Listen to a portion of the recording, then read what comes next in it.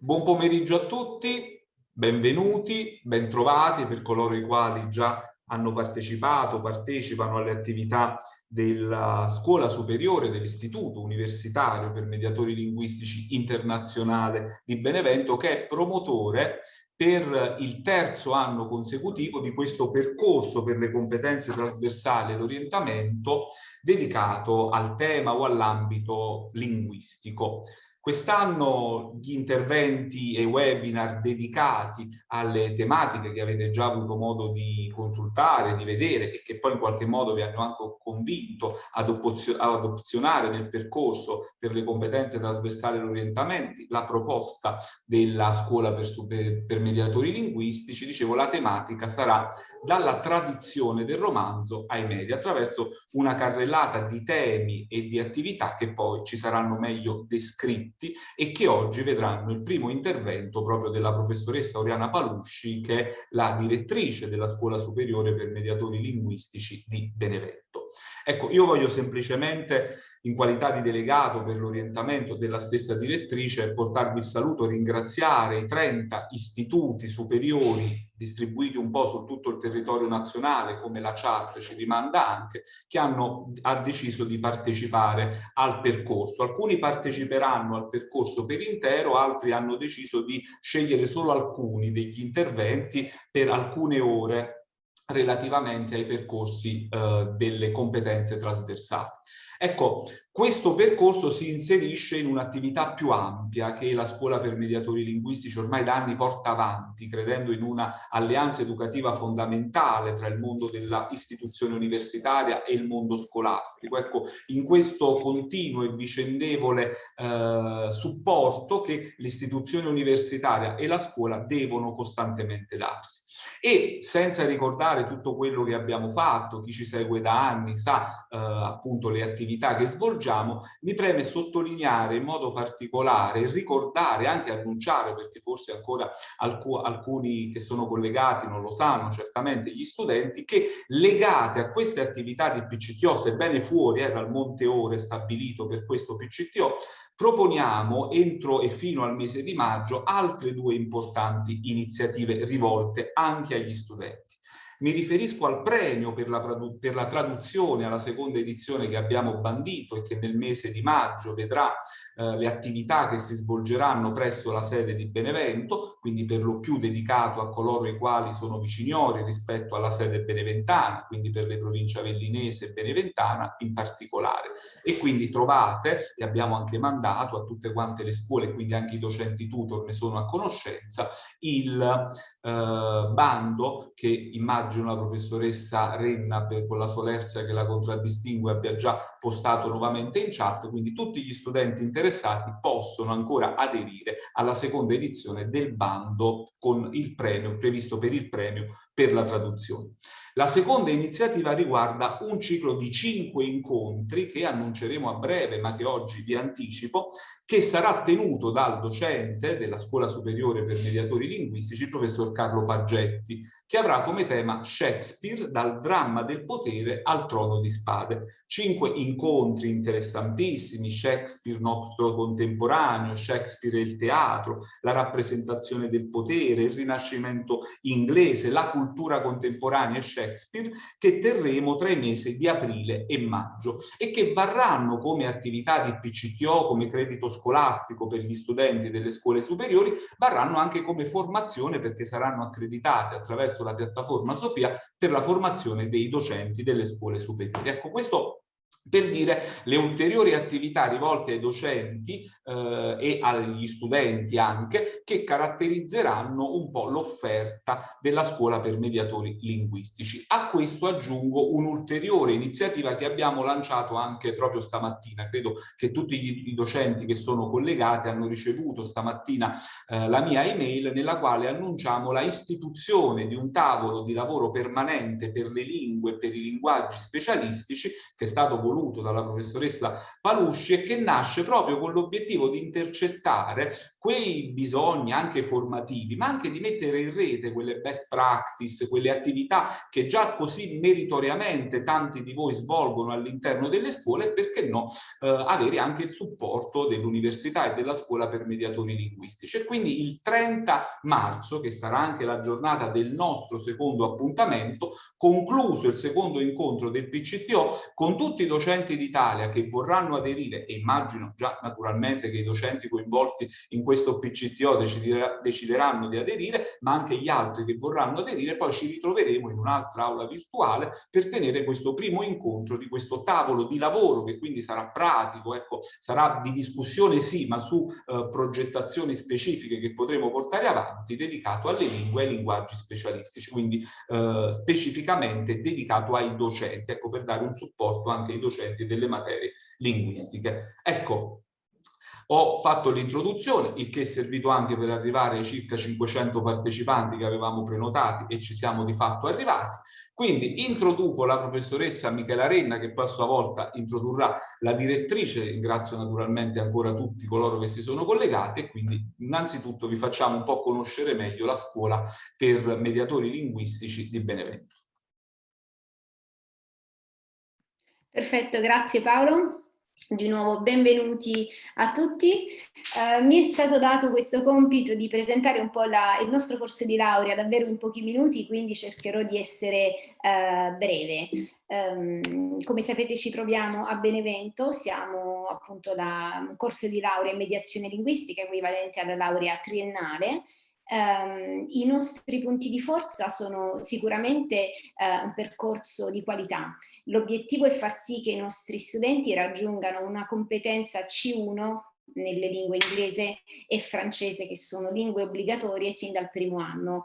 Perché dico percorso di qualità? Perché in realtà è proprio quello che farà la differenza sul mercato del lavoro. Ovviamente l'inglese è la lingua che si studia ovunque, si studia nelle scuole, ormai è obbligatoria dalle scuole elementari, però questo non è sufficiente sul mercato del lavoro, perché per interagire con il mondo anglofono e anche con gli stranieri appunto che parlano l'inglese c'è bisogno di competenze linguistiche avanzate, legate sicuramente ai linguaggi specialistici, che tra l'altro è un esame fortemente voluto dalla nostra direttrice sin dal primo anno. È un corso di laurea professionalizzante dove appunto si dà grande importanza ai linguaggi specialistici dell'economia, del diritto e del turismo. I nostri punti di forza sono sicuramente l'attenzione allo studente. Abbiamo un limite massimo di 25 studenti per classe, la qualcosa ovviamente va a favore dello studente. Diciamoci la verità, ci sono corsi di laurea che ben si prestano anche a numeri più importanti, però sulle lingue e sul percorso di laurea in mediazione linguistica è importante che ci sia un rapporto docente-discente molto vicino, perché è molto legato alla pratica, ovviamente. E un altro punto di forza è sicuramente legato all'ufficio placement e tirocinio, un ufficio molto attivo del nostro corso di laurea, grazie al quale, grazie ovviamente alle collaborazioni con aziende locali, nazionali ma anche internazionali, riusciamo a fornire opportunità di tirocinio ai nostri studenti sin dal primo anno, e abbiamo organizzato anche tirocini all'estero, quindi davvero sicuramente un punto di forza.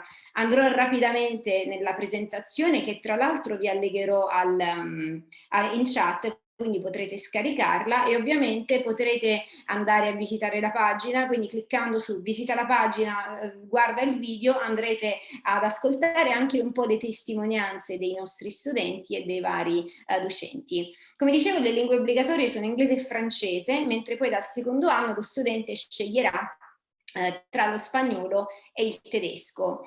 Spesso ci chiedono perché non il cinese, perché non l'arabo in questo corso di laurea. La risposta è perché sicuramente una combinazione linguistica su queste lingue europee è sicuramente molto richiesta sul mercato del lavoro, sia nazionale, italiano che estero. Conosco bene il mercato delle traduzioni, essendo una traduttrice da oltre 20 anni, e sicuramente le combinazioni linguistiche inglese, italiano, francese, tedesco e spagnolo sono estremamente richieste. Abbiamo due indirizzi, quello turistico e quello economico-giuridico. Cosa significa? In realtà le lingue sono le materie principali di ciascun indirizzo, però ci sono degli esami che caratterizzano i vari indirizzi, quindi per l'indirizzo turistico avremo legislazione del turismo, diritto comunitario del turismo, per l'indirizzo giuridico avremo l'esame di diritto. Questi esami sono molto importanti anche perché, pensate, il diritto dell'Unione Europea, l'Unione Europea tocca ogni aspetto della nostra vita, quindi come è possibile studiare lingue, lavorare in azienda senza poi conoscere il diritto dell'Unione Europea, oppure senza essere in grado di leggere un bilancio o di comprendere un contratto di fornitura. Quindi sono tutte conoscenze fondamentali per il mediatore, il linguista, il traduttore, che appunto andrà in futuro a collocarsi in un'azienda, per esempio. Quindi vi invito a scaricare il file che tra poco vi mando con i video dei vari docenti di lingue straniere, proprio per capire un po' come collocare appunto questo corso. Gli sbocchi professionali sono tantissimi, sicuramente c'è bisogno di specializzazione, però in linea di massima, come potete immaginare, il corso si presta appunto a persone che intendono diventare mediatori linguistici e culturali, interpreti e traduttori specializzati, esperti per le piccole e medie imprese, quindi per le aziende che intendono lavorare nel settore export, quindi nel settore turistico, quindi davvero gli sbocchi sono tanti, occorre fare un focus e quindi poi specializzarsi. I tirocini sono sicuramente un aspetto molto importante. Ecco, qui nelle foto vedo i nostri studenti che hanno avuto l'opportunità di fare tirocini all'estero, tirocini presso ambasciate, tirocini presso aziende che fanno export, che si occupano di export, tutti tirocini in linea con il percorso formativo. E questo è sicuramente un aspetto importante. Siamo riusciti, a parte i mesi più difficili della pandemia, ma siamo comunque riusciti a fare tirocini in presenza, perché vogliamo realmente che il tirocinio sia un'esperienza pratica, formativa, che vada realmente ad arricchire il curriculum dello studente non solo sulla carta, ma anche proprio a livello di capacità, competenze e saper fare. E queste esperienze sono fondamentali perché ovviamente nel momento in cui lo studente si laurea, ecco lì arriva un po' la principale difficoltà, trovare lavoro, perché ovviamente un datore di lavoro vuole persone già formate, in grado di, quindi persone già con esperienza. Per questo motivo le esperienze di tirocini curriculari ed extracurriculari sono fondamentali proprio per arricchire il bagaglio di esperienza di ciascuno studente.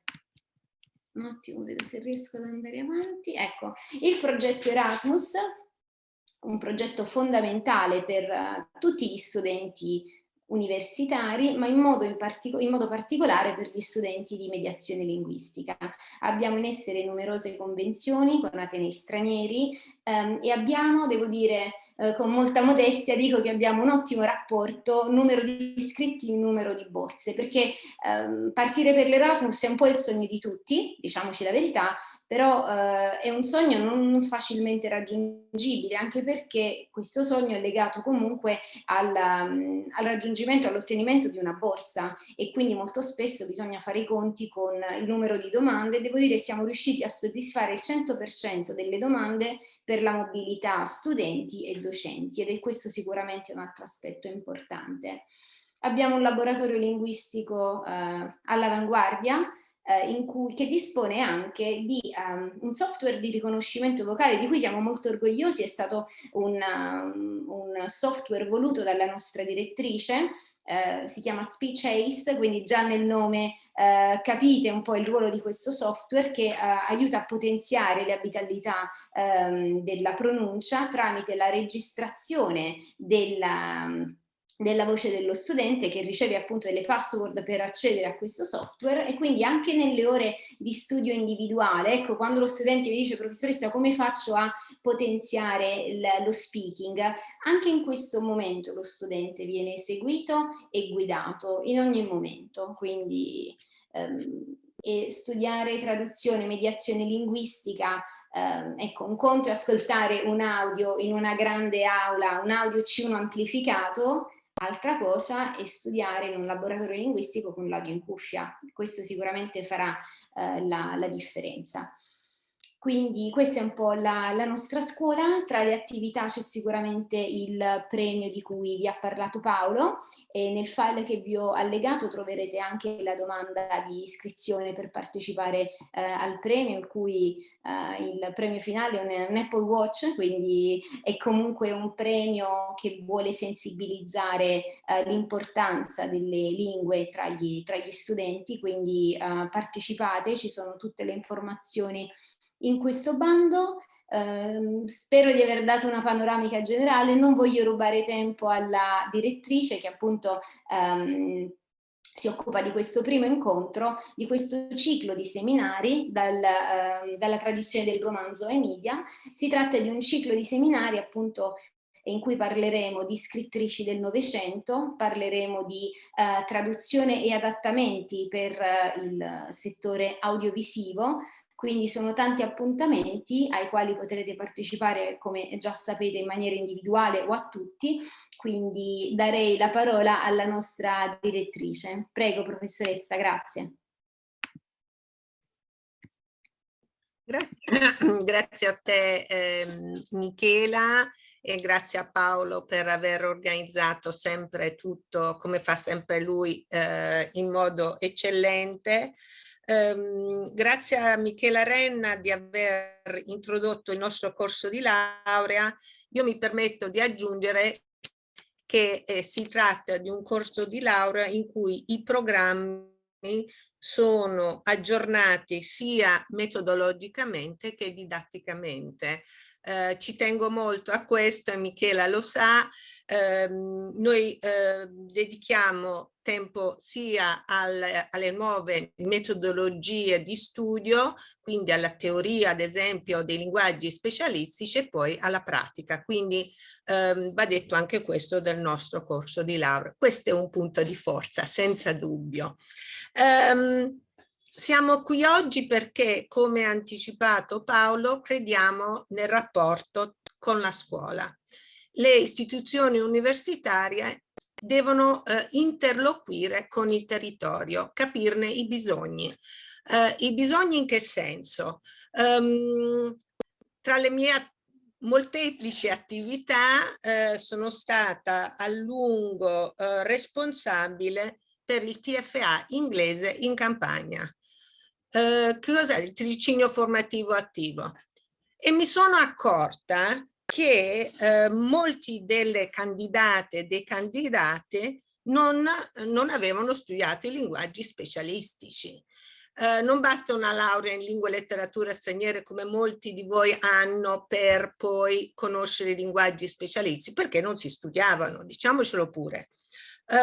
Quindi questo vuole essere un altro tassello per dialogare con il territorio, con le scuole. Quindi vi raccomando di essere presenti il 30 di marzo, dopo il la seconda puntata del seminario, proprio per interloquire, dialogare con noi su quali sono le esigenze dei docenti nelle scuole. Ho letto un po' tutti i comunicati, le nuove regole dalla scuola, eccetera. Non c'è mai niente sulle lingue, se andate a vedere, potete confermare, non c'è mai niente sulle lingue, l'uso dei linguaggi specialisti e la traduzione dei linguaggi specialisti, che cose che sono richiestissime nel mercato del lavoro. Quindi fateci sapere le vostre esigenze. Bene, I'll switch to English now and start with my talk today with you all. I'm going to speak of The title of my paper today is In the Streets of London with Virginia Woolf. Now, I decided not to give you a PowerPoint for two reasons. One, I have prepared a sort of walking trip through literature, so I want you to follow me. Second, I will be repeating some of the concepts in different frames so that the students can understand. Please, for the students, put up your hand, you know, the electronic hand, if you want me to repeat some concepts, some ideas. I'm ready to do so. I'll go very slowly, but if I don't see the face of any student, I don't know if I'm going too fast or too slow. Okay, so thanks to some student, okay, I have a student who has decided to help me, thanks. So my talk today will be divided into three parts. The first part is devoted to the city in the Victorian period, speaking about what? The modernity of the city in the second half of the 19th century. The second part will be devoted to modernist writers after a brief introduction to the figure of the flaneur. My third part, as you expect, will be on Virginia Woolf's London after introducing the flaneuse and thus the city of women. So let's start. First part, the city in the Victorian period and how it signs a sort of modernity. Now, when I say modernity, I'm not speaking of modernism. There are two different concepts. Modernity means a detachment from the past, something which is modern. Modernism, which has the same root, modernism, is a literary movement, artistic movement, but which is modern, by the way, all right? Okay, so as I said, the city in the Victorian period and the modernity of the city. In the second half of the 19th century, the novel discovers the city. The city as a busy and crowded space. The city is a turbulent space, bustling with life, full of people coming from the countryside. They are not only coming by coach led by horses, some of them are traveling by train, the new invention of the Industrial Revolution, which is completely changing people's life. You can move quickly, faster, and from the countryside, you can get to the city. From the countryside, I said, to the city. If you think of the English novel, here I say English, I mean British, but we've always used English. I'm going to English. I know the difference. I'm speaking of the British novel, I know. One essential book, one starting point must be Raymond Williams' The Country and the City. Simple title, The Country and the City, first published in 1975. What does Williams do? Williams gives us a survey of the English literature since the 16th century. But what does he speak about? He speaks of its changing attitudes towards, on the one hand, the country, and on the other hand, the city. The Country and the City by Williams reveals the shifting images and associations between these two poles of life, the country on the one hand and the city, taking into account the major developments of the English novel and culture that shaped the 19th century. To sum it up, the Country and the City explores the images of the rural and urban worlds in English literature and shows how certain images have persisted,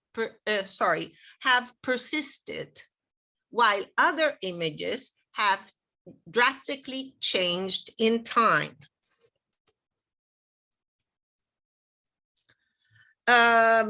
William's observations tend to support his historical interpretation.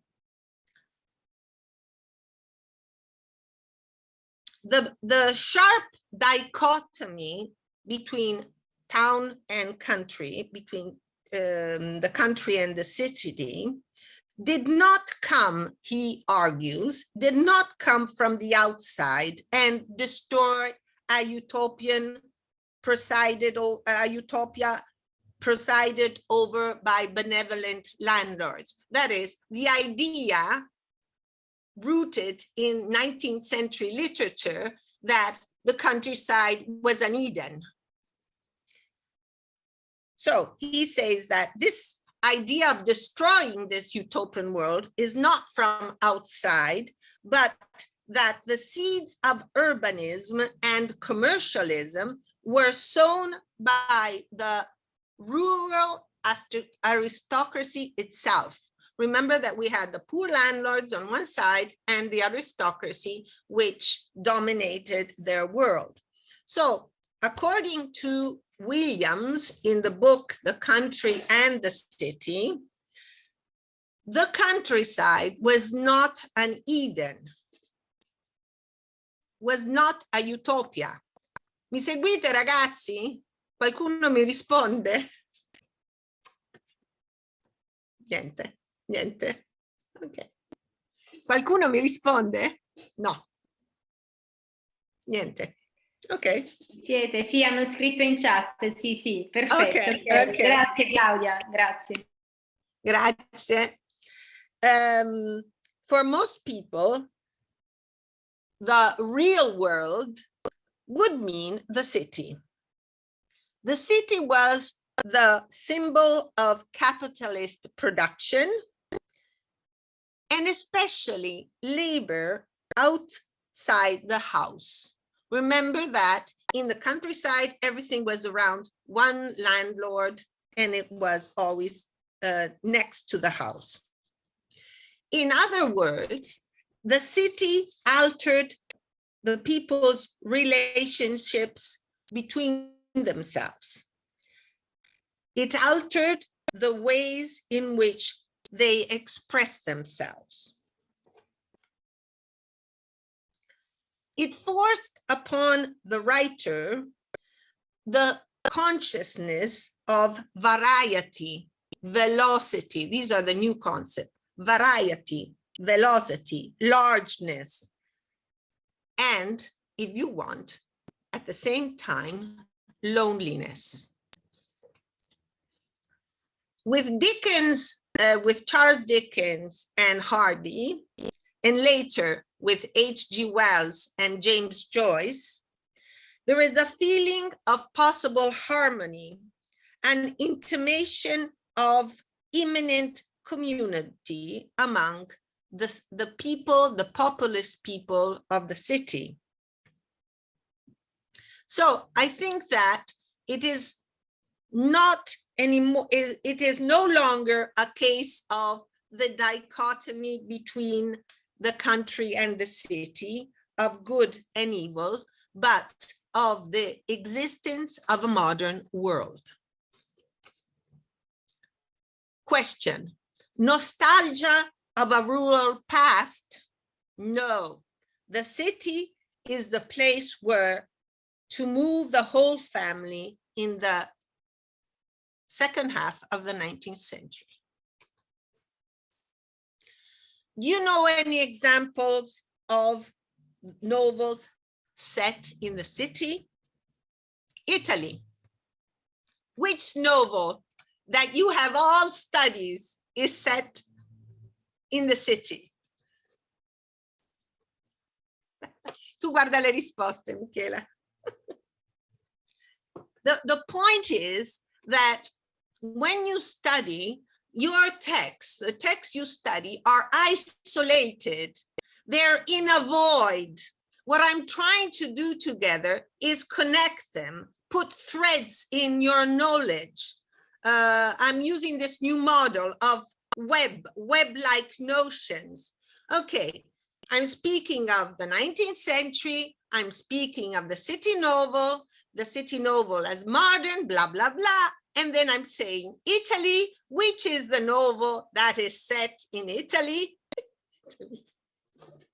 Not yet Italy, as you know, but which novel, 19th century novel, have all of you studied? All of you, because it's a prescribed text in Italian schools. 1, 2, 3, 4, 5, 6, 7, 8, 9, 10. Ma i Promessi Sposi. Infatti, ecco, era arrivata Romeo e Giulietta, poi ci hanno ripensato e sono arrivati anche i Promessi Sposi, dai, ce l'abbiamo fatta. Siamo nel Novecento, Romeo e Giulietta va bene, ma siamo nel Novecento. Dai, era contestualizzato. Okay, so, and the city is Milano. Okay, so just round the corner of my house is set some of the, you know, some of the staged when the characters roam the city of the past, because it's not a contemporary city it's not a contemporary city. France, chi studia francese, facile. City novels, 19th century. Il problema è che il sapere, questo ve lo dico in italiano, il sapere passa dalle connessioni, dalle reti che creano gli studenti per conto loro. Les Misérables, va bene. Ok, Balzac, Zola. London, England, obviously Charles Dickens. Many others, but I'm going to quote Charles Dickens. In England, as we all know, the Industrial Revolution took place before other countries, especially before Italy. As a matter of fact, as I said, the Promessi Sposi is not set in contemporary Milan, Manzoni's contemporary Milan, set in the past. Paris by Balzac and Zola is different, but I'll leave the other French scholars to speak about them. The pulsing heart of the Industrial Revolution became London. I'll open a parenthesis here, because this does not mean that there were not other industrial cities growing in the second half of the 19th century, and that we did not have other novels on industrialism. For instance, I'm thinking of Manchester in the Midlands. And to give you an idea of the relationship, the representation of the disappearing countryside, we can think of one of my favorite novels, that is Mary Barton by Elizabeth Gaskell, 1848. A novel in which Gaskell stages the struggle between the working class and the ruling class. Remember that the working classes faced poor working conditions. Who were these workers? They first were the ones that come from the countryside, that have no expertise. They don't have the language and the skills for this new works in the factories. While in the meantime, the factory owners become rich. In Mary Barton, by Elizabeth Gaskell, there is a famous scene in which the two young protagonists, one of them Mary, as you understand, take a picnic in the countryside. As they look towards Manchester, they see the city with its smoke from the chimney factories. They see that the city, the fumes of the city are encroaching, ready to erase what is left of the country, what is left of the green trees and the green land. So this is Manchester. I could give you other examples because Elizabeth Gaskell's piece only of Manchester. So city novel, especially London, the majority of them are set in London, but we also have other industrial cities, for instance, Manchester. I could be speaking of Edinburgh, but now I don't have time. What about Coketown? In which part of England is Coketown? Is it near Manchester or is it near London? Aspetto la risposta degli studenti.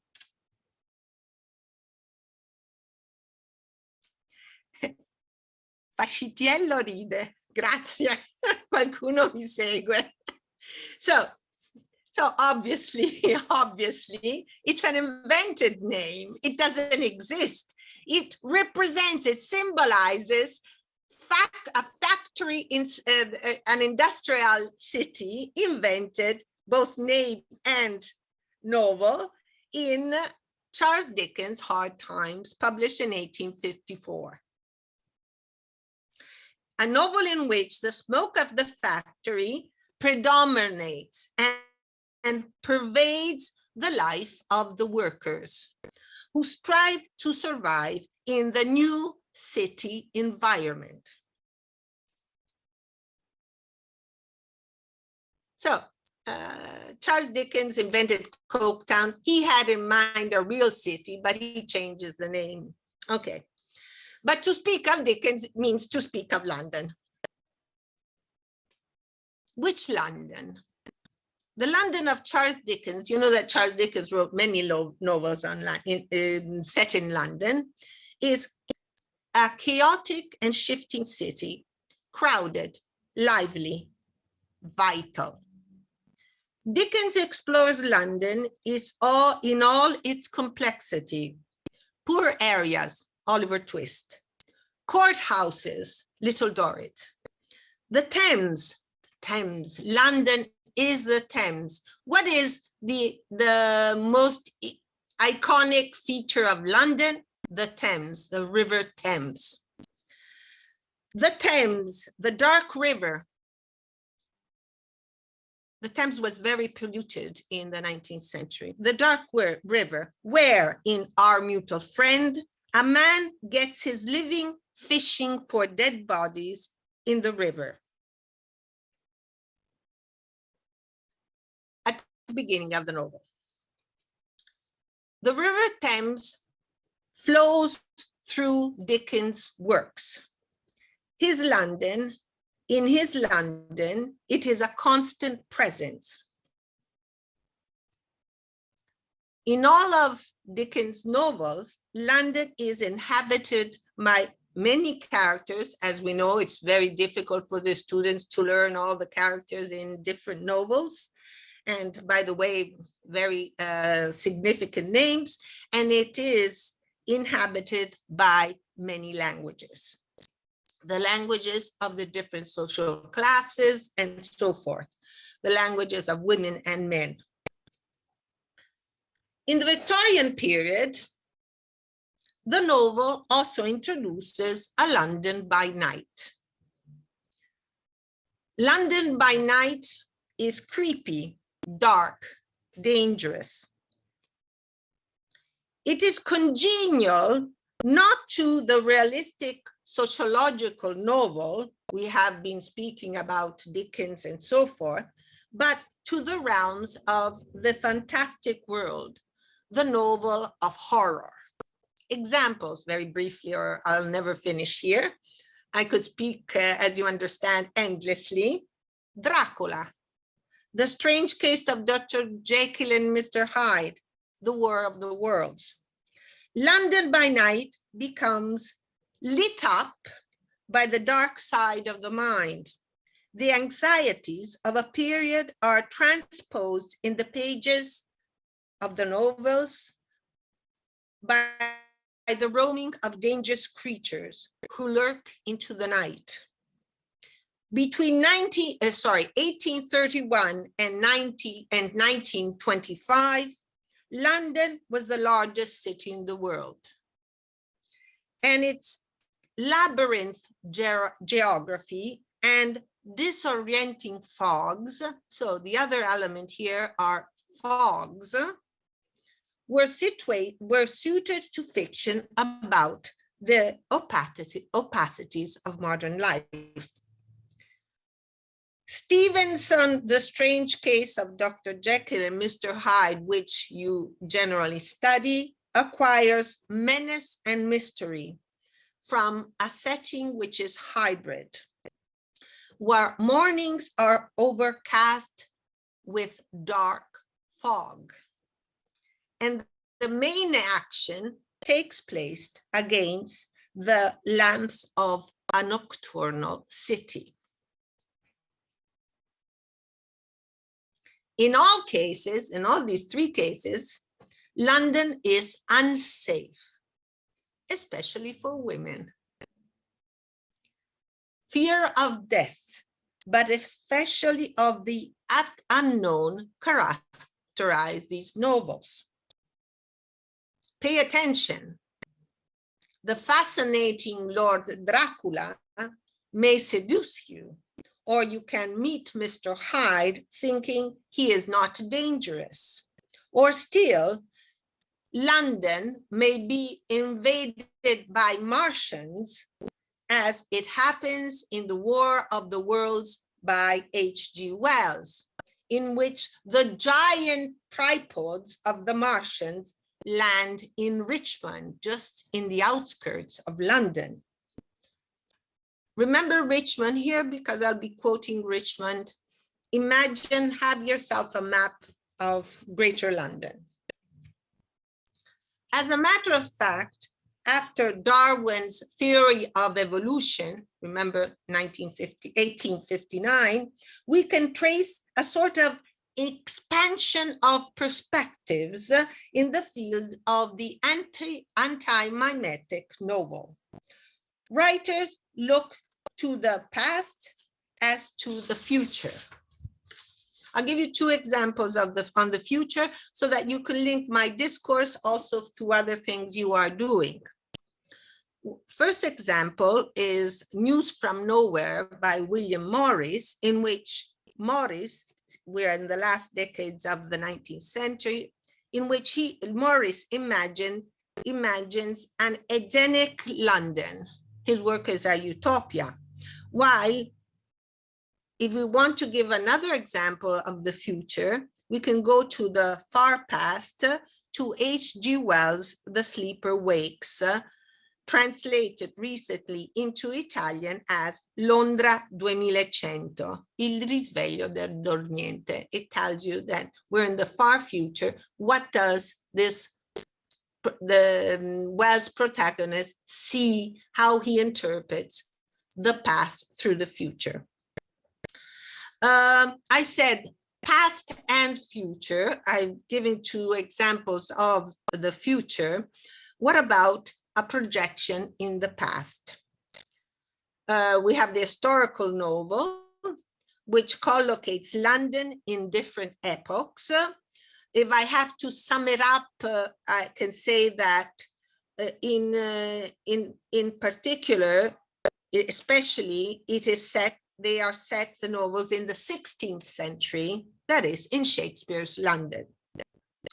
I am thinking of the recent trilogy by Hilary Mantel, based on the period of Henry VIII, novels which have won the major British prize, that is, the Booker Prize, and these novels have won it twice. A brief obviously here I can also quote, speaking of, okay, I'll just give a hint here, A Brief Reference to Orlando by Virginia Woolf. A novel, as you know, which defies time, as the protagonist, Orlando, goes through 400 years of English history and literature, and in the meantime, halfway through, changes sex. One scene I want to quote, set in the reign of Queen Elizabeth I. Remember, we said this is the London of Queen Elizabeth, Shakespeare's time. Orlando, as a man, is walking through the streets of London and sees that they are performing the scenes of a play. This play is Othello. Previously, he has met Shakespeare. And in this scene, the River Thames is freezing. It all freezes. The Thames is essential in Orlando as well. And this was based on an event which occurred during the 16th century. Okay, I could add more to this part. So now I'll stop and go to the second part of my speech. Questions? Okay, let me go on. What do modernist writers do? They use many of Dickens' lessons, but not all of them, okay? Some of them, but not all of them. They refuse some of his literary devices and techniques, such as one, the omniscient narrator, the moral didacticism, the social denouncement. I would add the chronological order. They also think, they also believe that it is impossible to embrace the city in its completeness, as Dickens did. The writer, in other words, is not a godlike figure who watches from above and describes the world below him.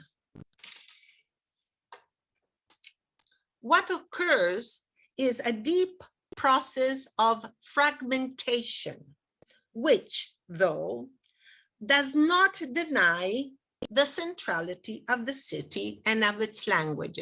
So we think of Dickens, what I said before, I gave you the context. We had the richness of the description of the city, but it was all done with a specific aim, that is, denounce the social problems of the period and so on.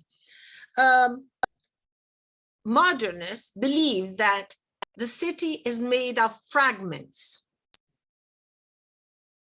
but it is still central to their writing. So this is the element I want to work on. Paradoxically, the more the cityscape disintegrates into fragments, into shreds, the more the city becomes the heart of modernity. The city is indeed a key motive in modernist literature.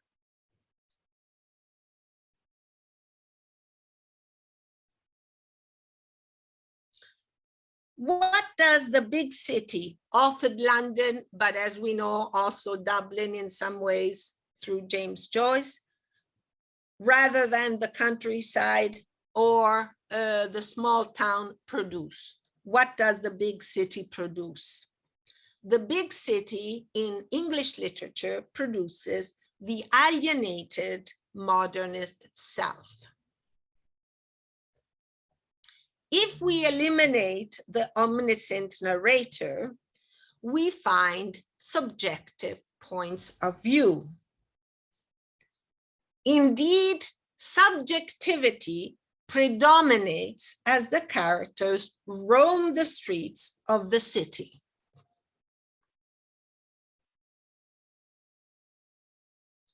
Many modernist novels and poems, I have to add poems because I'm going to quote T.S. Eliot, obviously, reflect the ways in which cities generate stages of shock, exhilaration, alienation, anonymity, confusion, or at the same time, thrill.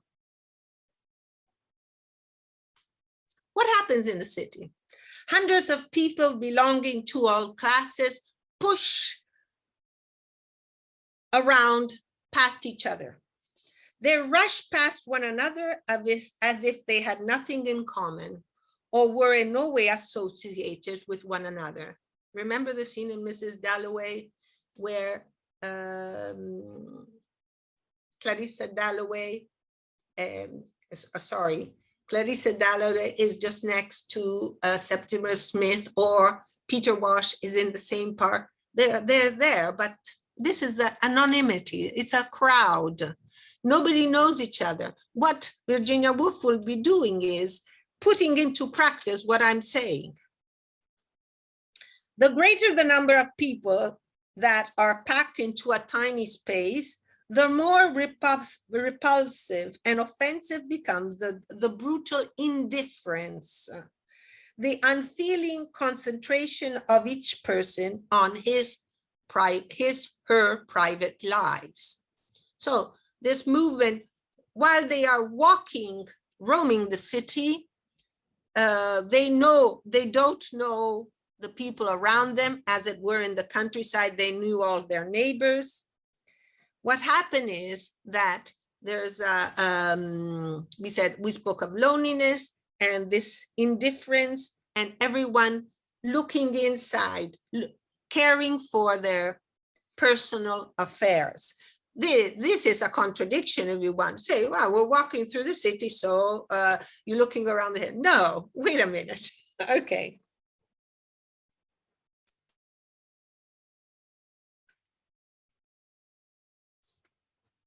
If the city is in some ways, the bustle of the city is in some way distasteful, yet the city is full of vibrating sights and smells that make people alive. Part of a cityscape that tends to alienate from the others, though.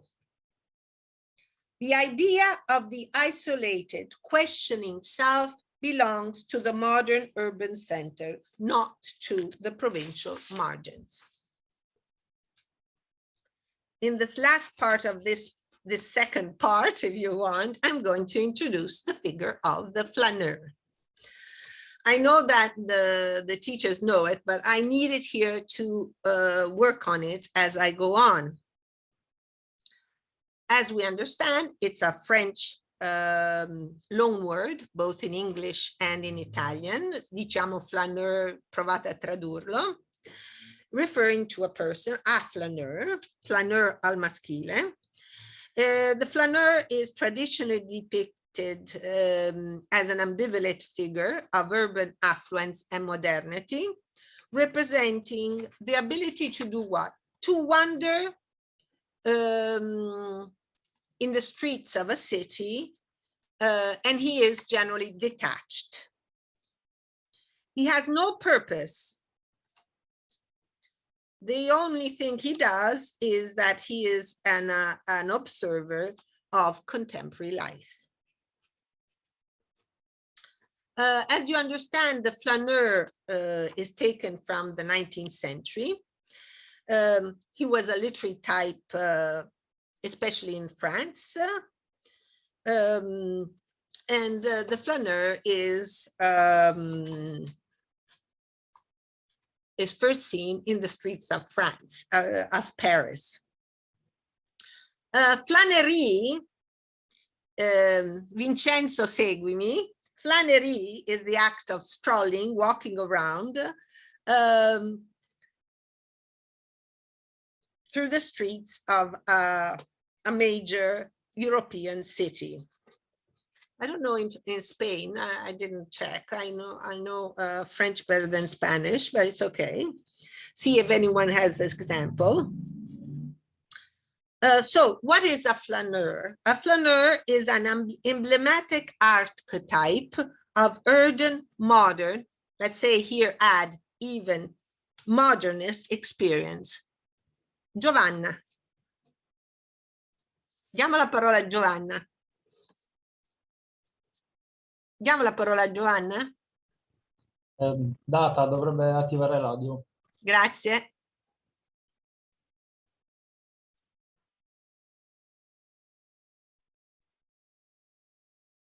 Giovanna, puoi attivare l'audio?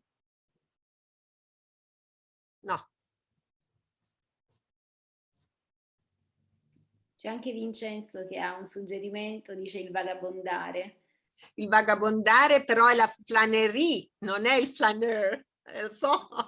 Come attività. They are loan words both in English and Italian. Even in German. I'm trying to think about Spanish, but it doesn't ring any bell. But I will look for Giovanna, vuoi intervenire o no? Niente. Sì, dicevo, il vagabondare è quasi il picaro.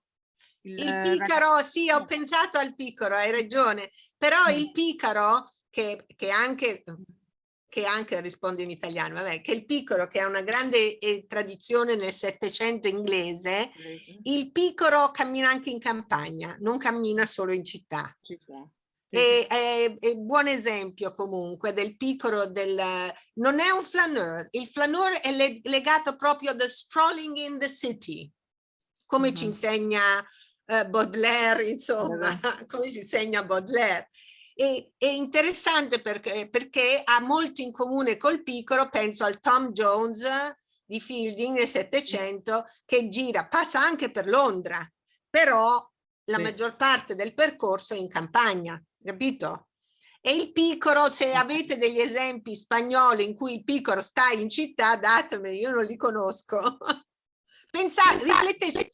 Cioè, questo percorso è di riflessione. Io vi faccio una mappa e voi riflettete. Non è chiuso il percorso. Ok, grazie. No, grazie a te. Ok. So, who is the flaneur? He is a passionate spectator.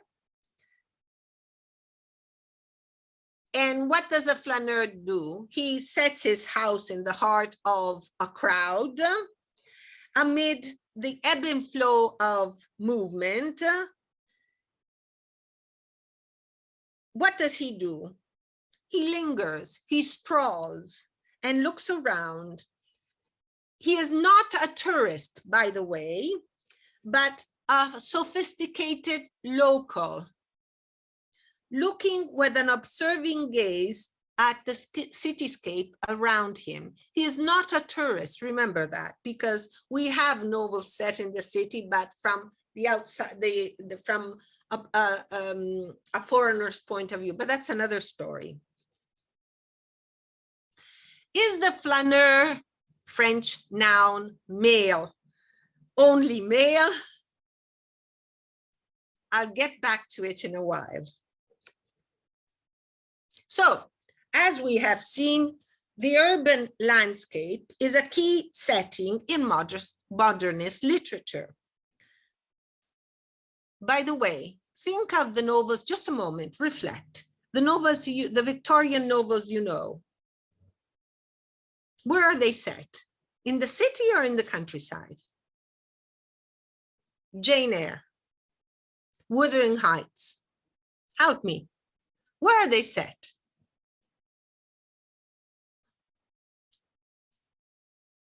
They're set in the countryside. Thomas Hardy, Tess of the D'Urbervilles. Where is it set? In the countryside. What does he show us? The dying of the countryside. So think of, what I want you to do is reflect on things you already know. You don't have to follow my examples, obviously. Think about it. I want the students to think about Italian literature. If I stress the fact that the Industrial Revolution arrived late in Italy, we have to go to the beginning of the 20th century, and we have some few examples. Where were the industrial cities in Italy? In the north. Nessuno ha letto Cuore di De Amicis? The Amicis write city novels. We never thought about it in this way. That's what I'm saying. I'm sure you can go through it and say, but why? We can also add, after what I've said, that being Great Britain, an industrial country before the others, we will have new techniques in the novel, and especially what I am personally interested, women writers roaming the cities, only in London at the beginning, okay? So, as we said, the urban landscape is a key setting in modernist literature. London becomes the center of the great contradictions of the newborn millennium. Remember that we're in the new millennium, 20th centuries. It is the center of intellectual life. This is the point also. And where the majority of intellectuals lived, especially when I'm speaking of a very small area in central London. I'm thinking of the area close to what was once the British Library, the British Museum, that is Bloomsbury, where Virginia Woolf and many other modernist writers and famous intellectuals lived and wrote.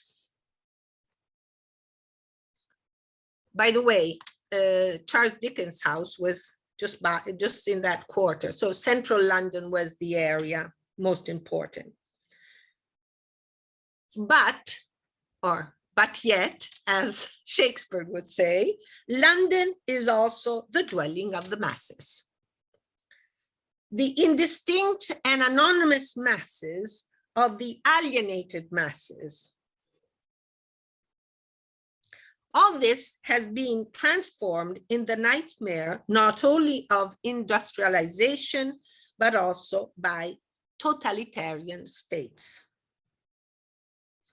In speaking of the effects of the aftermath of industrialization, I can but quote T.S. Eliot's The Wasteland, published in 1922. By whom? By Virginia and Leonard Woolf in their house in Richmond.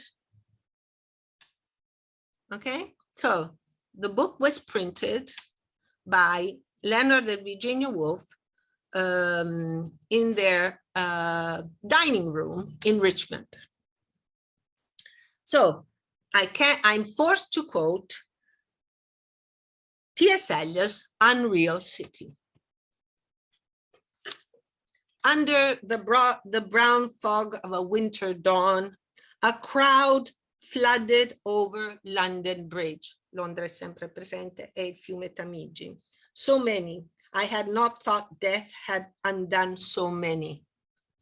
Sighs, short and infrequent, were exhaled, and each man fixed his eyes before his feet.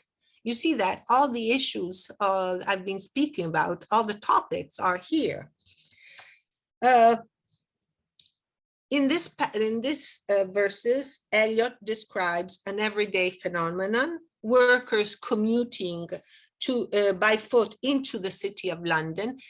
Sorry, a parenthesis. When I say London, I mean la città di Londra. When I say the city of London, it means the city, which is a part of London, and it is the part of the courthouses and it was at the beginning the financial district. Okay, so the city. If you say I'm in the city, you mean in a specific area in London. So they rush through the street, yet the commuting crowds seem both everyday and, he says, unreal. Anonymity, as we have seen, uniformity suggests an automatism verging on the unreal. If you want, echoing the other vast crowd which had so recently marched to their deaths on the battlefields of World War I. Eliot opposes the London of anonymity to the past, especially even here to the Elizabethan period, showing a conflict with London's glorious past. At the end of his long poem, Eliot creates an apocalyptic vision when he lists the fallen cities of the past: Jerusalem, Athens, Vienna, London. Unreal. Notice London's inclusion among the fallen cities. Burning, burning. London bridges falling down. London bridges falling down. I want to end this part giving you two examples of the flaneur in British modernist literature. I'm going to quote them in chronological order, that is, of publication. Two examples, Joseph Conrad's London and James Joyce's London, before going to my third part, that is Virginia Woolf. Joseph Conrad's London, generally all the students read, che leggono di Conrad? Niente? No. The storyline. Sorry? No. Che cosa leggono sempre di Conrad? Heart of Darkness. Heart of Darkness. I want to briefly, very briefly, give you another example, that is The Secret Agent, published in 1907. The novel is set in a liquid, bewildering London, which is amplified because there is a detective plot. London is disorienting. London is disorienting. There is, what is happening? There is a terrorist plot to blow up the Greenwich Observatory. Conrad's London in The Secret Agent is aquatic. I said fluid, not solid. It is an apt location for a novel which experiments with form by, for instance, this is one of the points, instead of giving you a list of points, I'm putting them in, and he experiments with form by not following the order of its chapters, so that readers encounter what will happen at the past, at the beginning, that is, Stevie, who is blown up into fragments in a chapter before things happen. The modernist writers tend not to follow the artificial chronological order which was essential to the Victorian novelists such as Charles Dickens. The chronology of the events signed through the chapters, one ends and then another one opens, gave a sort of order to the story that was being told. Here, the capital of the British Empire, remember that Queen Victoria became head of India and thus Empress of India, and so we can speak of empire, is represented in which way? I said mobile, unsettling. I used liquid, which is an, we use it now, but Conrad would never used it. A liquid, ever-shifting reality. It is difficult to grasp in its totality. Remember I said Dickens thought he could grasp it all. Here we can. We have all fragments put together, not in chronological order. So what does the reader have to do? The reader has to look at the fragments and put them in order again. So, both for Conrad and for Eliot, in very different ways, the city is a place of both excitement and estrangement, alienation. I cannot quote, I have to quote, as you understand, James Joyce. And the second example of the modernist flaneur is Joyce's Dublin. From Dubliners to Finnegan's Wake, Dublin is present.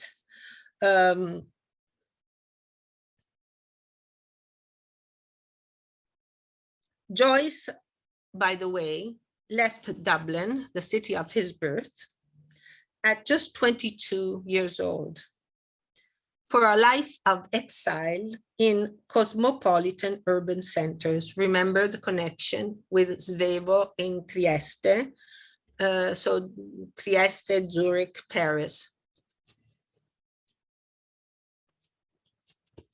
Dove è ambientato il romanzo famoso di Svevo? La coscienza di Zeno? Se agli studenti non si fanno collegamenti con la loro realtà, non rimane impresso. Purtroppo nei libri non ci sono connessioni, sono discipline isolate. Non è colpa dei docenti, è colpa di persone come me che hanno scritto i libri e non fanno connessioni. Uno studia Svevo, studia Manzoni e poi il resto del mondo è isolato. Quando è stato pubblicato La coscienza di Zeno nella città di Trieste, grazie, ecco, quindi vedete, grazie. Quindi cominciamo a rimettere, facciamo questo web personale, ok? His return to what he called the dear dirty Dublin through his fiction changes in time from the Dubliners, seen as the center of paralysis, to Ulysses and then to Finnegan's Wake. So in Dubliners, as I said, the city is dismissed as a second-rate place of paralysis. Think of some of the stories, but I have to go on. Yet in Ulysses, notice, published in 1922, the same year that in which T.S. Eliot's poem, The Wasteland, was published. Joyce's perspective has shifted in the meantime from Dubliners, as he places a very different protagonist in the heart of what he called the Hibernian metropolis. Leopold Bloom is a middle-aged Jewish advertiser who spends most of his day on which the novel is set, that is the 16th of June 1904, roaming around Dublin, the streets of Dublin. Dublin is occasionally unwelcoming. I can't speak of all of you, I can do it another time if you want. Bloom, for instance, is the target of anti-Semitic hostility in certain episodes, but the city is more often a place of opportunity and stimulation, and especially adventure. He speaks of a rich, generous magic of urban life. I haven't quoted the portrait of the artist, but I don't have time. But you can do what I'm trying to do today. Bloom's curious gaze makes him a particularly sympathetic flaneur. His wanderings allow him to observe what is going on in Dublin. Through Bloom's compassionate eyes, Joyce gives an insight of the diversity of Dublin, a city full of color, song, and life. Remember that in 1922, the situation of Ireland and the place of Dublin in opposition to London. So, as we have seen, the city has provided a moving and shifting metaphor for the human condition. Let's get to part 3. I want to start part 3 with the flaneur. The flaneur, who is generally male, until the coinage, a recent coinage, not in Virginia Woolf period, of its female flaneuse. As a matter of fact, some English language writers simply apply the masculine flaneur also to women. So I want to introduce the flaneur in the streets of London. The city has a special significance in the works of women writers because, as women, they have a unique relationship to the urban environment. Whether it is considered as a place, London, as a symbol of culture, or as the nexus of concept and values determining women's place in both history and society. For women as for men, I must add, the city may either be hostile or nurturing to their desires, goals, and themselves. One reason for the particular significance the city holds for women writers is that the city is a cultural artifact. And women have always had a problematic relationship to culture itself.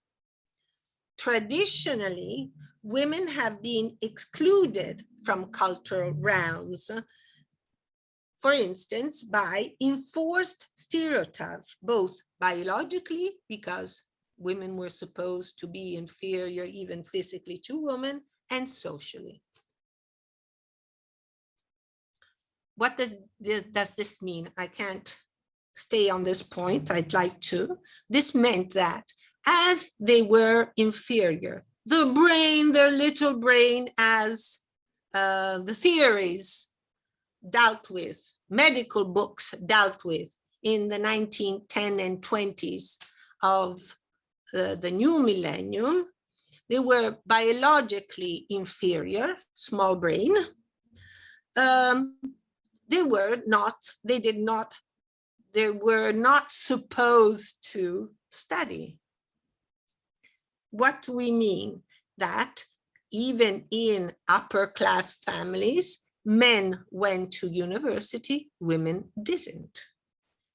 For instance, Virginia and her sister Vanessa, coming from an upper class family, were not allowed to attend the university.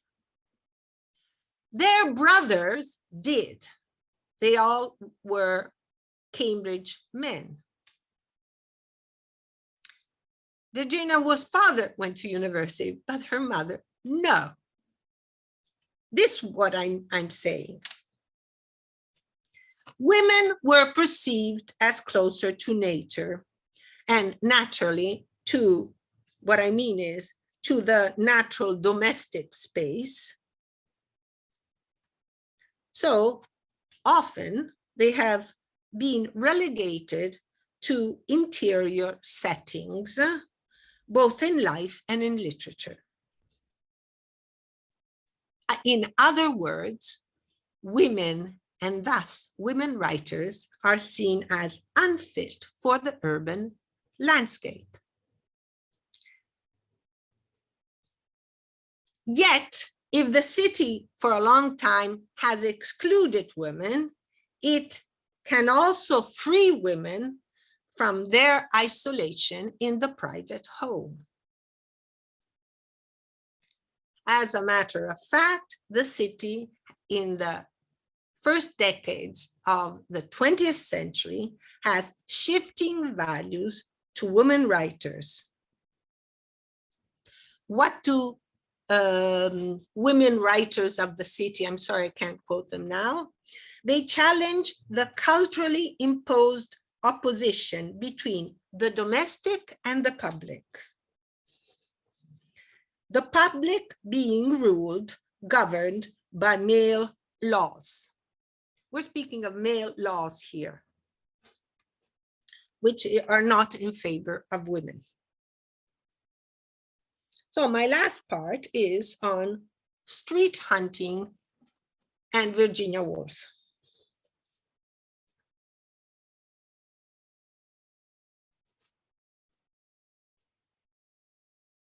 So we quoted Joyce, and Joyce's cosmopolitan marginality may have informed the shift in his writing from a sense of the city as, quote, the center of paralysis in Dubliners, to Ulysses' meticulous celebratory recreation in Ulysses.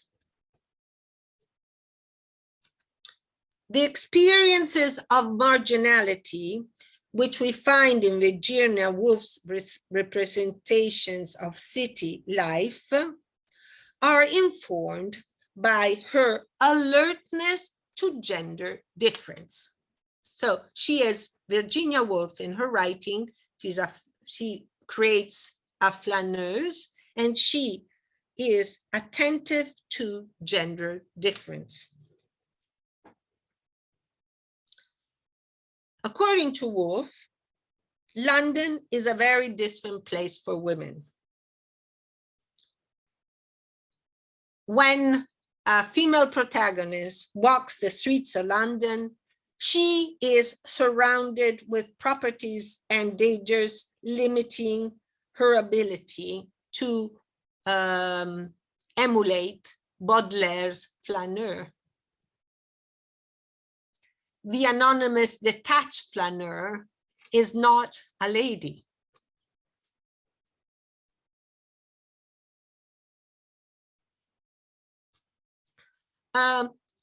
Virginia Woolf starts exploring the streets of London in other writings, in her essays. She speaks about in her essays and her letters.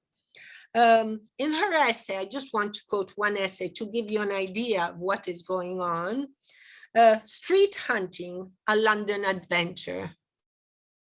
So my street hunting is taken from this essay, which celebrates a wandering which was then still very new, beginning by framing a need to purchase something stupid, a pencil, as an excuse for walking across London between tea and dinner, the greatest, quote, pleasure of town life in winter. So it was something new that a woman a female protagonist would be roaming for not something important, not going to work, just to buy a pencil. What does Mrs. Clarissa Dalloway do? She goes and buys flowers for her party. Just ordinary stuff.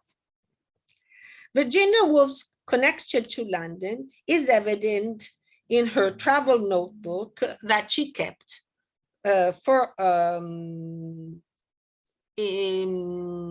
when she was about 20 years old. So she does take notes on London that I can't quote now. In many letters and in her diary, she writes of her longing for the city and the beauty of a wet London street with lamplight twisted on the pavement.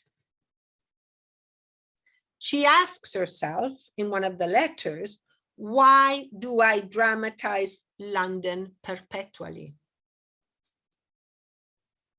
Now, I don't have much time. Let's go to, as I said, I can go on endlessly. Let's go to Woolf's most important city novel, Mrs. Dalloway. As we know, the novel rotates around a day in the life of a female character, is who we can say right away is not working class. She belongs to the upper classes, being Mrs. Dalloway, that is the wife of an MP, a member of parliament. Notice, students, notice it's Mrs. Dalloway, la signora Dalloway. Io mi chiamo Oriana Palusci, Palusci è il mio cognome, non quello di mio marito. Non mi chiamo come si usava fino a 20 anni fa in Italia con il nome del marito, la signora con il cognome. O Mrs. Dalloway, perché non si chiama Clarissa Dalloway in romanzo? Vi lascio. Not Clarissa Dalloway, not, we don't know her previous name. She is a wife. Mrs. Dalloway, she is a wife in the novel. Dalloway is her husband's, the famous husband. He has he's an MP, he's in parliament. So this walking through the city is perceived through the eyes of Mrs. Dalloway, who is just a wife, okay?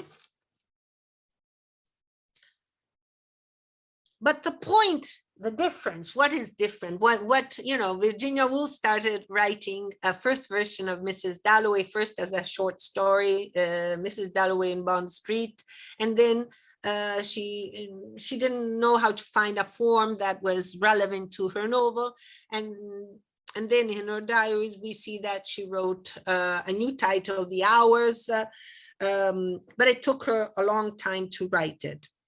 What is new? Is new what we have been saying. The city is perceived through the different characters' subjectivity. We're not seen from a godlike third-person narrator. It's through the characters' subjectivity. The characters are marginal, not for their social class. Mrs. Dalloway, as we said, is a rich, higher class woman. So is Peter Walsh and so on, even if Septimus Smith is middle class. But because, so they're marginal, not for their social cause, but because of their personal life experiences. The main three wanderers in the streets of London are Clarissa, Peter Walsh, and Septimus Smith. But we have also other characters who walk through the streets of London. Peter, who has been away from London for many years. He was in India, one of the British colonies, does not recognize London. He is amazed. He sees everything different from the London he knew, and he feels strange. Septimus, on the other hand, is completely detached from the city, which become, in his delirious visions, a battlefield, or better, the battlefield of World War I, World War I, where he saw his friend Evans die. Remember that Mrs. Dalloway is a city novel, but is also a war novel. Published in 1925, it is a war novel because because Great Britain had just gone through the First World War. Clarissa's walk through London is in some ways revitalizing after her illness. That exuberant sense of pleasure is also Clarissa's. Deciding to buy, as we said before, flowers herself, and so indulging in an unfettered stroll across Westminster. Where is Westminster? What have I been saying? Central London, all right? Central London. It starts, what a lark, what a plunge, and so forth.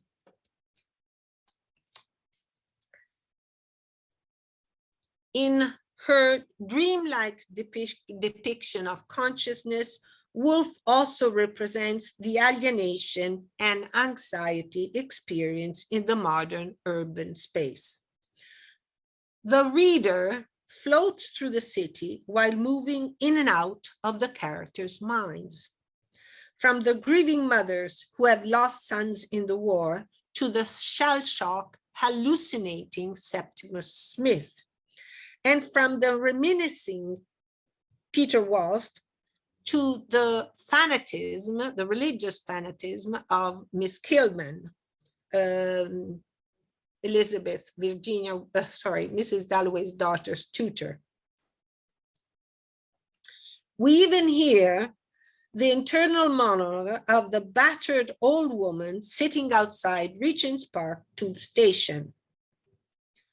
Mrs. Dalloway may be set in a bustling city, but within this page, each character is alone, isolated. And the novel puts together the inner thoughts of these isolated but intersecting characters. Woolf, like Baudelaire, if you want, weaves together the sense of estrangement and the sense of wonder, and shows her characters enjoying the possibilities that anonymity in the city affords. This is not so for Septimus, who decides to commit suicide. So the casual shreds, fragments of thoughts, remember, fragments, the city is fragmented and it is reflected in the form, the aesthetic form, the device, the aesthetical devices of the novel. So we have in a fragmented city, the representation of casual shreds of thoughts are caught by Woolf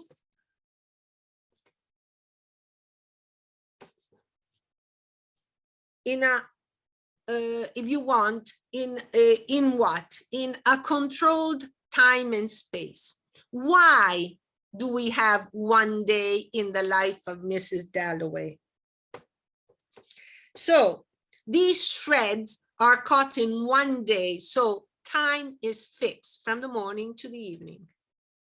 So it gives unity. We don't have chapters. Do we have chapters? No. Why don't we have chapters? Because we don't have chronological order. The novel is walking through London, but from the very beginning of the novel, we have shifts in time, past and present, as it is in life, are not chronologically ordered, which is artificial. The other main frame is are the names of the streets of London. They place the individual subjective perspectives in a precise spatial dimension. Woolf gives us such a meticulous urban topography that Clarissa's walk from Westminster to Regent's Park seems suitable for a tourist guide.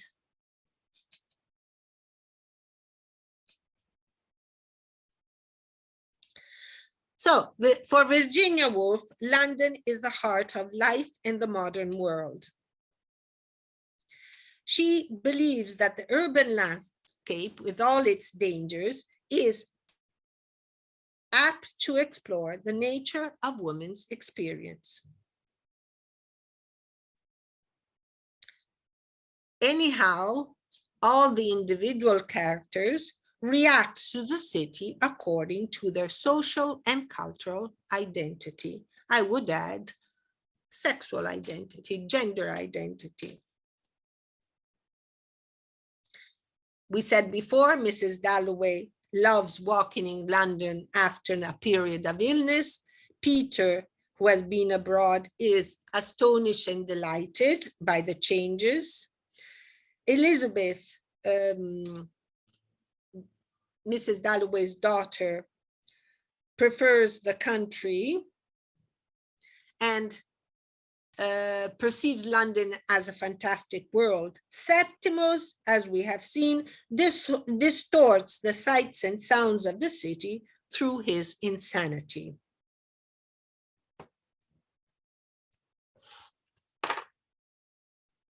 Anyway, in the novel, in Mrs. Dalloway, the London streets, the topography of the streets and the parks, how many parks are quoted in the novel, takes us back to the huge and cold Westminster House of the Dalloways. The house is the place of sterility, an idea which is reinforced by the great number of precious cold silver objects that the servants clean, shine. In other words, Mrs. Dalloway has become sterile. Her only way out is walking through the city.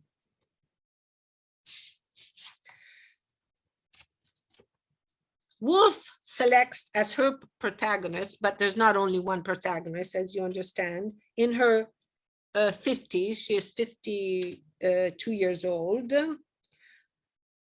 In that period, the threshold of old age.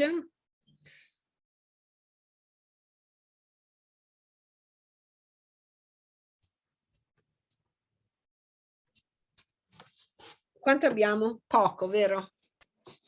Comincio a tagliare, va bene. Una decina di minuti ancora. Okay. So, we have spoken of the unusual plot and structure of the novel. Nothing happens really in the novel.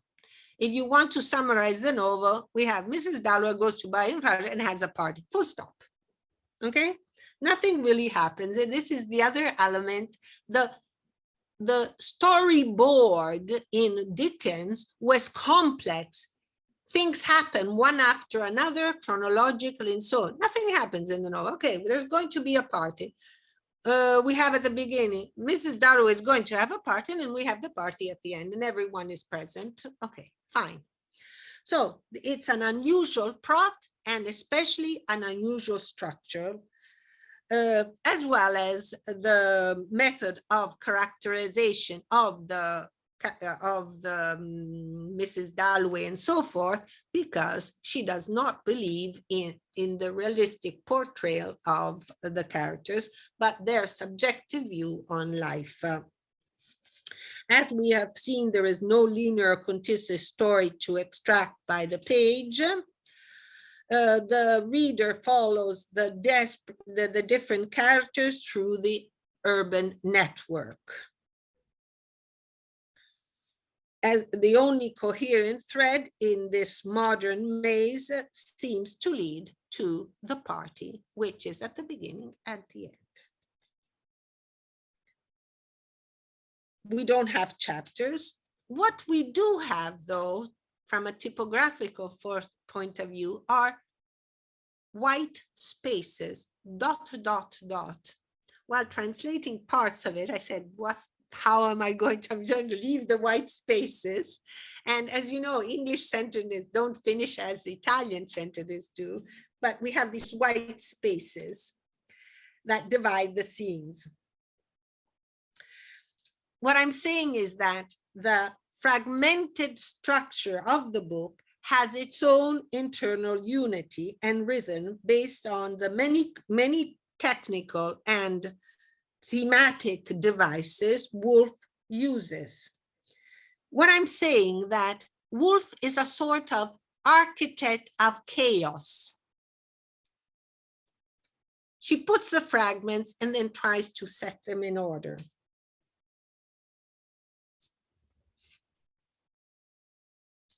One of the images that prevails in the novel is the one of the wave, the sea tide, Okay, in the city, it moves with the rhythm of the sea tide. One of her last novels is The Waves, okay?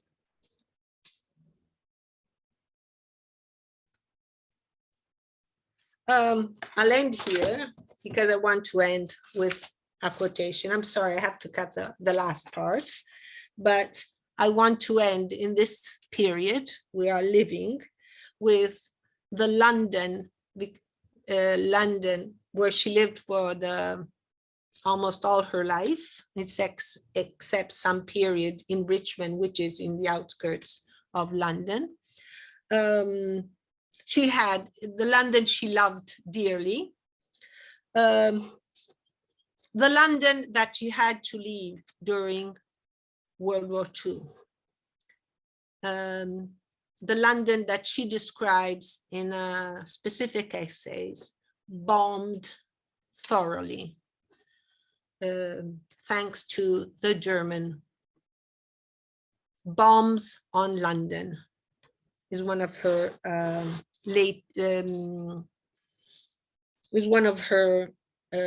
latest essays. After a visit to wartime London in the last months of her life, September 1940, the German bombs were slowly destroying the well-loved familiar setting. Quote, the passion of my life. That is the city of London. To see London all blasted, that too raked my heart. Have you that feeling for certain alleys and little courts between Chancery Lane and the city? I walked to the Tower the other day by way of caressing my love of all that. Entra in casa, vede I suoi libri distrutti, la casa quasi non c'è più, e scrive, London looked merry and hopeful, wearing the wounds like stars. Londra è bombardata, siamo nel 40, durante il Blitz. Poco dopo, Virginia Woolf si suicida. Finisco in italiano. Le bombe su Londra, dove la zona dove viveva Virginia Woolf è stata tutta distrutta. Se cercate la casa di Virginia Woolf non la trovate. Adesso è una zona residenziale, un grande mall in Bloomsbury, vicino a Russell Square. Grazie.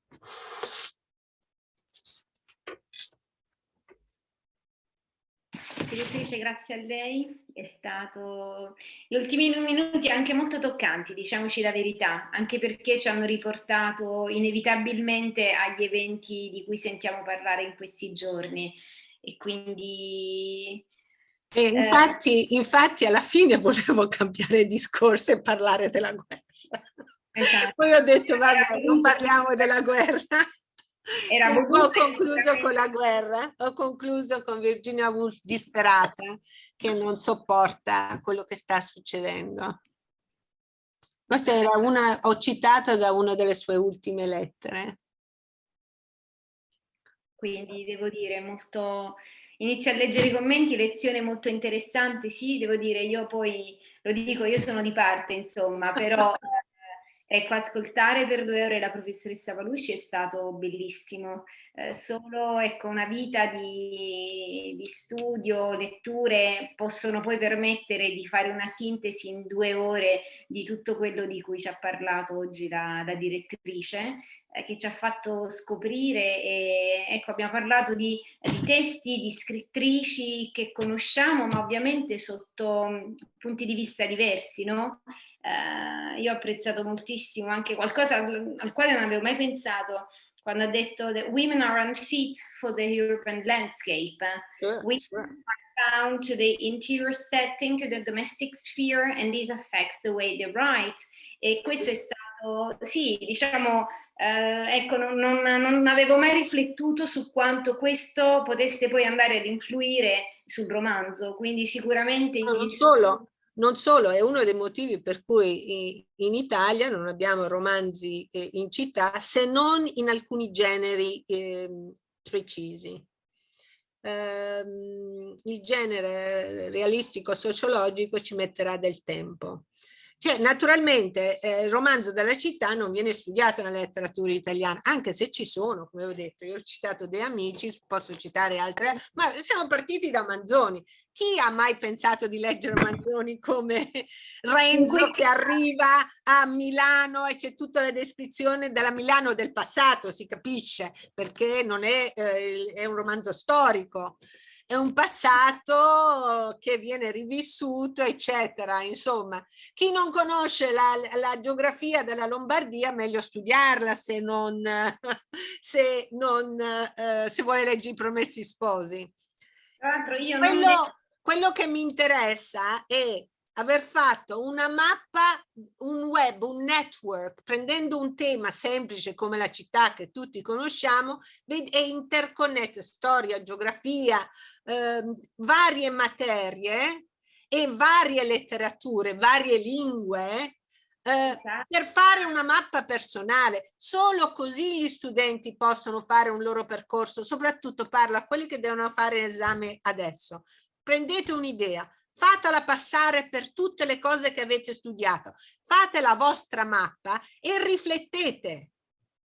Ma questo si può fare solo se sapete già delle cose, non si può fare nel vuoto. Però diciamo i 400, i 500 partecipanti di oggi posso dirlo, sono molto fortunati, anche perché io non devo fare l'esame di Stato, purtroppo ho superato questa età, però diciamo mi sarebbe stato molto utile un incontro del genere, anche perché davvero i collegamenti fatti sono tantissimi, quindi suppongo può essere interessante partire per un discorso, un colloquio orale da tutti questi spunti, cioè trattare argomenti che ovviamente avete già studiato a scuola, però da una prospettiva diversa, quindi anche un punto di vista innovativo, è davvero utile. Noi crediamo moltissimo in questi collegamenti, no? La direttrice...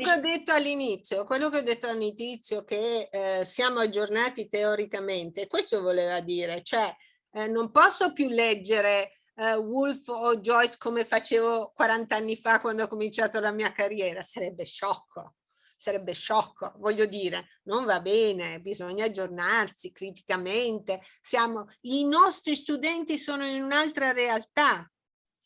Io vorrei sapere, un dono, uno studente, una studentessa che mi dicesse che cosa non gli è piaciuto, così prossima volta miglioro. Intanto vabbè, leggo tanti commenti, ma davvero scrivete pro, contro, aspetti che vi hanno colpito, qualunque cosa può essere. Aspetto con ansia i prossimi incontri, ok? Comunque, noi crediamo veramente nel rapporto con la scuola, perché la scuola deve collegarsi di più al mondo universitario, perché il nostro mestiere non solo è di insegnare, ma di aggiornarci continuamente, perché quello è il nostro mestiere. Quello che vorremmo fare è dialogare con voi, questo ci tengo moltissimo. Tra l'altro non è che non abbia altro da fare, scusate. Tra l'altro sono una traduttrice e bla bla bla, d'accordo? Perfetto, sì. Naturalmente il discorso di genere non poteva non essere fatto dopo l'8 marzo, questo 8 marzo. Discorso su il flaneur che non poteva essere una flaneuse. Mi ricordo che quando ho cominciato a studiare La città delle donne, parlo di un convegno che ho fatto, il primo convegno in Italia a Torino sulla città delle donne, mi diceva ma parli di Fellini? No, non parlo di Fellini, parlo di tutte le donne moderniste che percorrono e inventano la flaneuse, che è in contrapposizione posizione. Volutamente non ho fatto il PowerPoint perché gli studenti dovevano seguire il filo del discorso. Ho cercato di parlare piano, vi assicuro che è faticoso per me parlare piano in inglese, però va bene se mi avete seguito. Perfetto, allora. Bene, grazie Nicoletta.